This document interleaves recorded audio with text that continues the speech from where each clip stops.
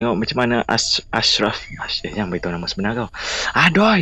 Okay, kita tengok macam mana Acap survive dalam game yang satu ini. Permulaan yang sangat mencengangkan. Boleh aku ambil ni? Saya keluar sikit boleh? Okay, tunduk dulu. Saya tak tahu dia ada di mana, jadi takut nak tu kan, nak ambil resiko. Jadi dia ada masuk dulu. Masuk weh. Masuk habis. Aduh, nampak air ni pun.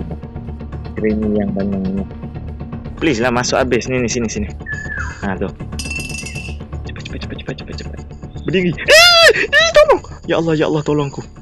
Baru permulaan relate lah. Dia tak akan jaga pun. Alamak, kecoh lah kau. Okay, kita cari item terlebih dahulu. Jangan tolak. Okay, gelap guys. Aku tak nampak kan. Tak, nak ke mana bang? Sini kau. Kau ingat aku takut dengan kau jalan berlembab? Easy peasy. Aku buka ni dulu boleh? Dalam ni ada apa? Green ni? Pasal syurau! Wow. Ui, tak boleh lari siap. Ni aku tak gemar main ni. Tunduk. No, masuk! Tak boleh masuk, babi! Mati aku sumpah. Ui. Oh. Hai makcik kanting. Saya nak tengok rak ni boleh? Tak ada barang makcik, saya ghost time sikit boleh? Janganlah follow gitu. Aduh, confirm aku mati. Aku tak lari dah mat. Tak apalah, aku terima, aku redo. Okay, aku lalu sini boleh? Terima kasih. Saya nak buka ni je makcik. Bukan nak curi makcik. Makcik, saya tanya keluar makcik kalau macam ni. Aku lari dulu pula.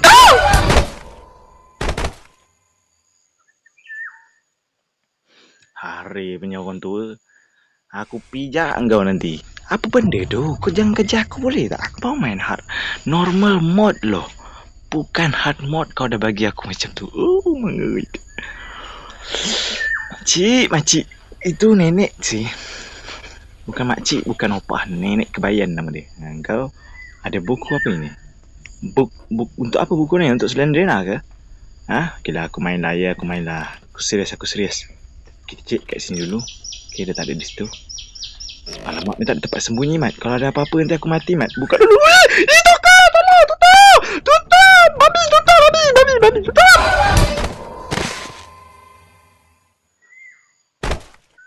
Okay guys, sampai di situ saja. Kalau kau suka video ni, kau boleh like video ni. Kalau kau tak suka, kau boleh dislike saja.